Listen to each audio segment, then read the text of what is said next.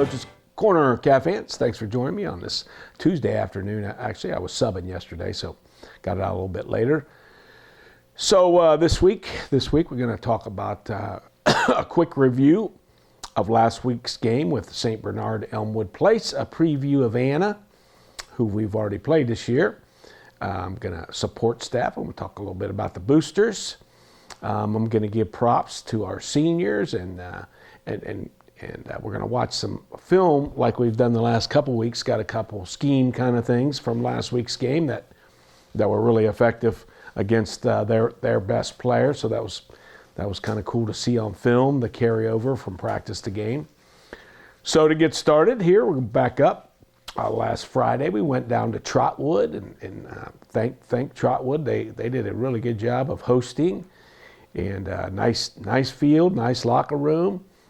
Everything was there for us. They got a real nice school, and so facility was really nice. So we really enjoyed that. We're going to go. I'm off the topic here a little bit, but we're going to go to Sydney this week, which is another really good place to play games. So the game itself, the score was 56-0, and we got things under control in the first half. So some positives and negatives, I guess. The positives that so many kids got to play, and in the second half it was our JV type guys and some of the varsity guys that don't quite get to play as much. So they got another full half of football. So the last three games, those guys have all got to play a half. The good part is, our other guys, the older guys, stay healthy and fresh, and the other guys get to play. The negative is, at some point you need to play some really, really competitive four-quarter games to get you ready for when it really does count. And so that's a concern. That are we still in good enough shape to play a full game? When we do get in those battles, have we had enough pressure on us, and all those types of things? But I guess we'll find out, and probably this week. So moving on to Anna, we played Anna in week, I think 4, maybe. I think it was in week 4, and that score was 34-18. It was a good hard fought battle. So it was a good fourth quarter game for us. As you look at Anna, physically and really schematically, very, very similar. We have similar type defenses with what we call a stack, a 3-3 stack defense. They do a little bit of pre-snap stuff that maybe we don't do with what we call radar, where they're all standing up. Whether we see that or not, we'll see.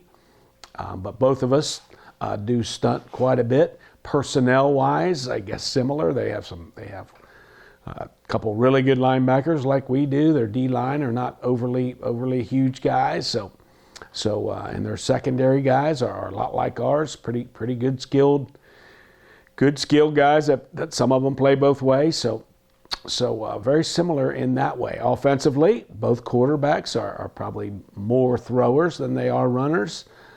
They have one key back, where fortunately for us, we have 3 guys that can really run the ball. And then they have a couple good receivers just like us. So very similar type guys, good matchups. They probably have a few more guys that are playing both ways and out there a lot longer. Hopefully that can be to our advantage if we can get them worn out. The weather is supposed to be not so great, so I'm not sure how that will play out. We have a really good balanced run-pass attack, and they threw a lot more against us, but they also have a good running back. So I guess it'll probably come down to who can make more plays if the weather's bad, and who turns it over less, and who plays better special teams in a pretty balanced game, and hopefully the Cavs come out on top. So the game is at 7:00 at Sydney High School. Nice stadium. Nice facility, no track, so the fans, the stands are close, and it's just a good place to play the game. Support staff, and this is a support staff group for the whole school system athletic department, and that's the Booster Club, and they do an awesome job. They had their big kind of one of their big fundraisers at the after on a Friday night and Friday afternoon, actually, all the way through, and then afterward, and and raised quite a bit of money, as lots of you heard. The boosters for the 50-50 for the Marion game really did a good job of promoting it and selling tickets all week, and that got up to 22,000 take home. So the boosters also got 22,000. And they really do a great job of helping all our teams, whether that's anything and everything from buying wrestling mats for Aaron, or a pole vault pit for Mark, or for helmets a few years ago. Our helmets cost well over $300 now, and about in 2015 they got us the best you can get, and bought us several of those, and we're going to have to need them. They can only last so long, so we're going to need some new ones there. And so almost every team has utilized the Booster Club for things that they need. So thank you, Booster Club. Much appreciated by certainly football, but all of us. So that's awesome. So props, I call it props. And so I had gone through the scout team, and so sometimes some of the varsity guys that are really good don't get a whole lot of props, at least on the coach's corner, but so really, I'm just going to single out really one guy, but more so all the seniors just have done such a good job with their leadership, and of course they're really good players, and they've stayed the course. Obviously going through a difficult situation with Kale, and so really proud of this senior group. They're really good students, and I probably said this before on here, but just a really great group of seniors that get along with each other, get along with the coaches, and so it's a really good situation. One of the guys that I'm really proud of, and all of them really, but Brady Layfeld. You never know how a guy's going to develop over the years, and we knew Brady was a good athlete and good basketball player, and plays baseball, but you're going to see him on some film today, and that's why I brought up Brady's name.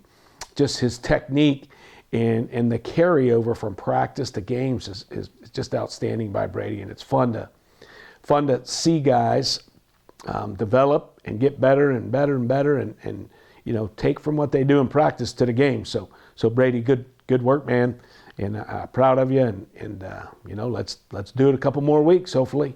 So we're going to go watch some film right now, and Brady is a part of this first, at least the first couple plays, on a scheme that we used, and the technique that he used, and got an early interception to get us off to a really good start.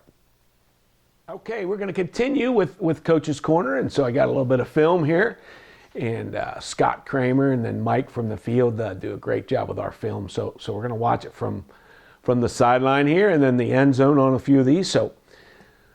So we knew that number 6 is their best player, and he's over here out here by himself. So after the first play, we could see him from our sideline and tell the quarterback, "Hey, I'm one-on-one out here with number 7." But so the first play we ran, and they ran the ball, and so then we kind of felt like, hey, they're going to take a shot. So we had a coverage ready for this. And Brady, who's right here, was the main guy that was going to help Ethan double team him. So in preparation for that, though, Brady first of all had to check this running back. If this running back blocked or obviously ran the ball, Brady would deal with that accordingly. And so Brady then would turn and run and look up and see where number 6 was going, to see if it was going to be a pass. So you'll see Brady look right through this guy, and then turn and run and get in that window. Okay, a couple other things here. As we start, we're stemming a little bit. We call that stemming. Those linebackers moving around. Sam walks up and then walks back, and Cody starts back and then blitzes. The one negative of this play is Owen Kunk lost contain. In other words, he went in this gap and should have contained. Sam eventually makes the tackle, but Owen should have been outside of here. So let's go through the play here. You can see Brady again. Brady's right here. You can see him once this running back went this way. He whipped his head around and just sprinted to what we call bracket. So we got 2 guys guarding number 6 down here, right there. Okay, and you're going to see a couple plays later, he gets an interception on a very similar play. So I talked about Owen coming inside. Unfortunately, when you do that, if the quarterback's a good runner and they get out and start scrambling, Sam trips him up here a little bit, but that could have been a big gainer with a really good fast quarterback. But the idea was he wanted to throw, so as soon as that quarterback, you can see him looking to number 6 over here right away, and so they've got him bracketed and took him away, so we make the play. So that was great right there. Okay, here's from behind. Here's from behind the same play. You can see Cody points.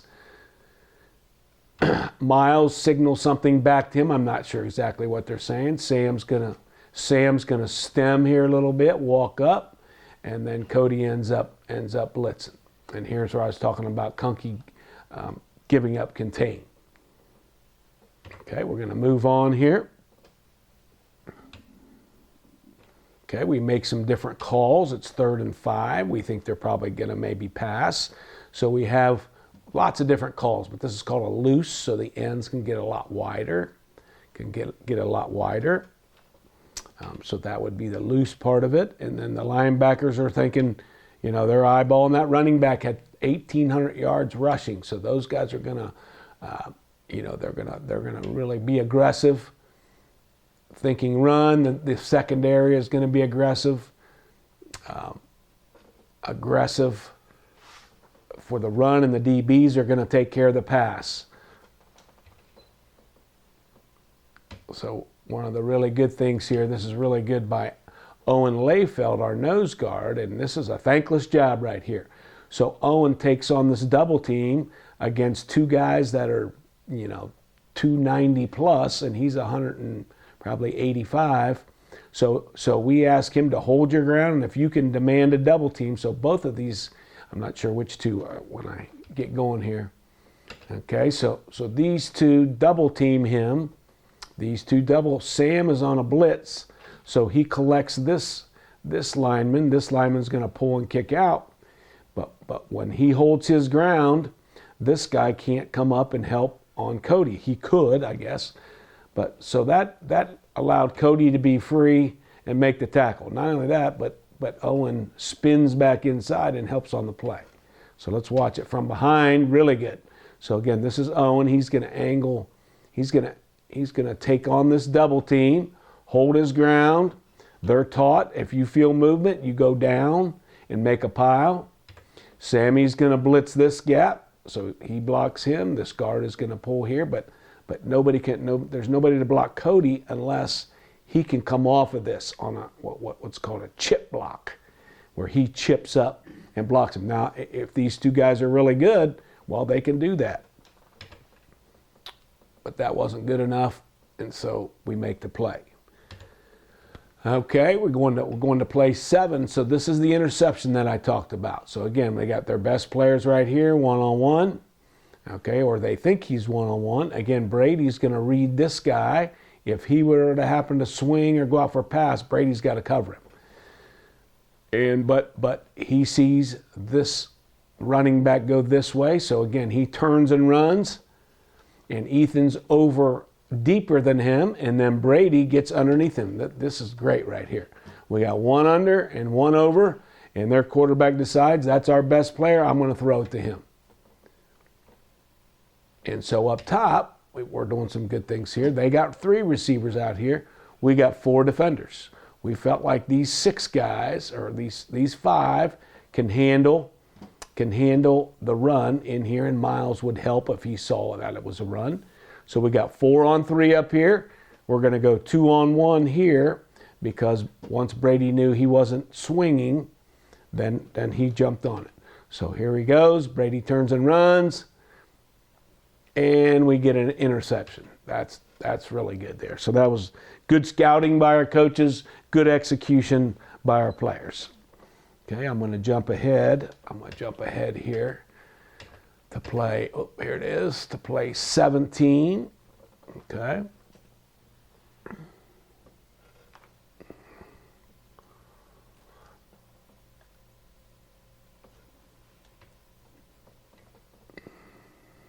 Okay, you can see as they motion across, Mason kind of runs the show in the back. So he slides over, Brady widens.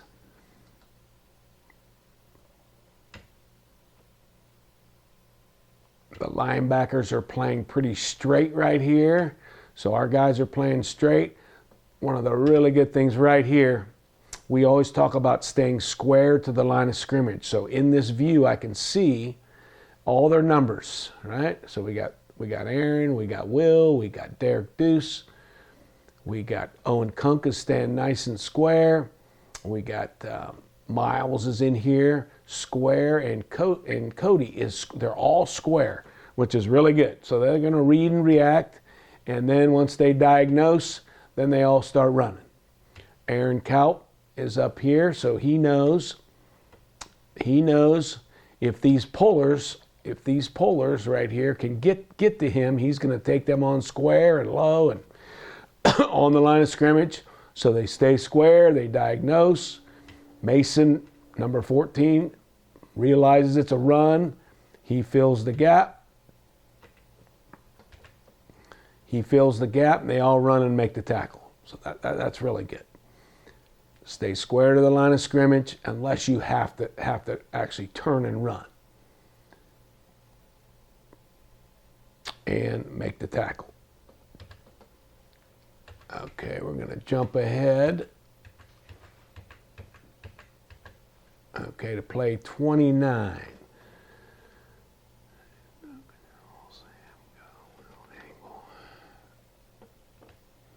Okay, this is a heck of a play by our defensive end. Will, who's up here, we call angle. These guys angle sometimes, so we'll call angle. And let's see if we have a blitz here. So Will knows now we have what's called a blitz by Sam. So Sam's going to come off the edge. So I talked about contained by the ends, but Will knows that Sam's coming outside of him. So he doesn't have to worry about contained. So he can just step and come as fast as he can come and try to get across this offensive tackle's face. So let's watch Will here.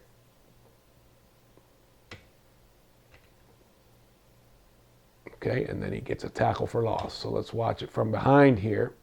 So he's also going to angle, so hopefully they'll double team him, which kind of frees him up. Owens should step into this gap. Sam's going to come off the edge, and Will's going to come right across this Big Daddy's face and make the play. So that's really good right there. Okay, last one here. We're going to go to play 30. Okay, I'm going to back up one.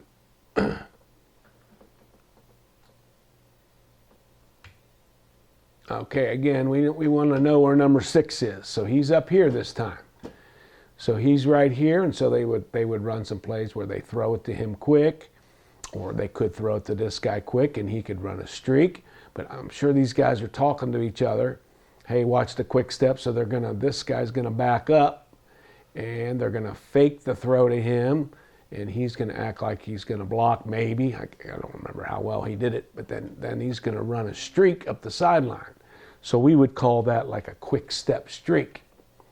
And let's see how our guys do it. And they just got to do their job and make sure that we're not giving number 6 an easy touchdown.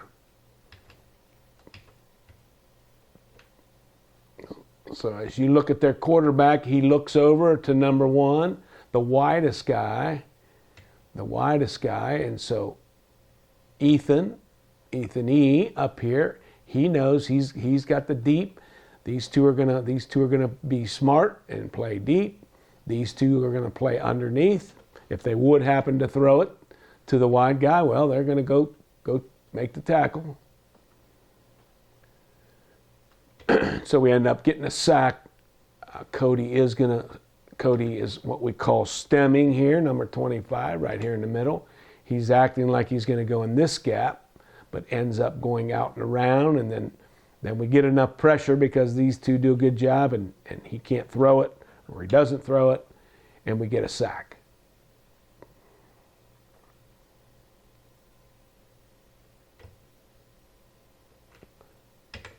So that's some good pre-week prep work on knowing who their best guys are, and then coming up with a plan for it, and then executing the plan. And those are some good plays on why we were successful the other night. So Friday night we go to Sydney, playing Anna at 7 o'clock. We're the home team, so we'll be in black again. I'm not sure about pants, whether we'll go black or orange, but whatever the seniors want to do on that. So thanks for joining me, and hopefully you enjoy a little bit of that film session.